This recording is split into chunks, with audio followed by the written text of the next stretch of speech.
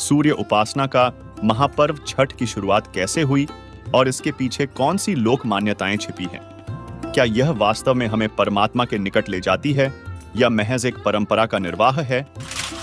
दर्शकों, छठ एक ऐसा पर्व जिसमें छठी मैया और सूर्य भगवान की पूजा होती है, जो कार्तिक मास की शुक्ल चतुर्थी से सप्तमी तक मनाया जाता है। इस पर्व के बारे में समाज में कई लोक कथाएं प्रचलित हैं, जैसे कि द्रौपदी और कर्ण द्वारा छठ व्रत करना या राजा प्रियव्रत का संतान प्राप्ति के लिए इस व्रत का पालन करना। यह पर्व साल में 2 बार चैत्र और कार्तिक मास में मनाया जाता है और इसे लोक आस्था का प्रतीक माना जाता है।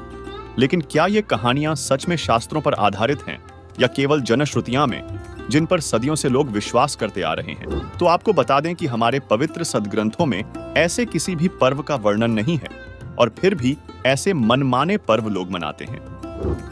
जिसके विषय में हमारे पवित्र सदग्रंथों में क्या कहा गया है, देखिए।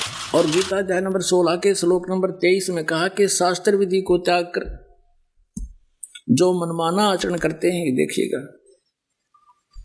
गीता अध्याय नंबर 16 के श्लोक नंबर 23 में दिखाते हैं आपको, 23 और 24 में। गीता अध्याय नंबर 16 के श्लोक नंबर हम दिखाते हैं आपको 23 में।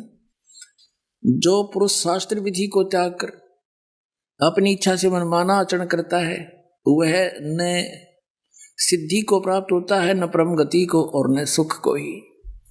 अब 24 में बताया कि इससे तेरे लिए, छोड़ में जाएगा 24वां श्लोक, इससे तेरे लिए कर्तव्य की अवस्था में कौन से कर्म करने चाहिए भक्ति के, कौन से ना करने चाहिए, शास्त्र ही प्रमाण है।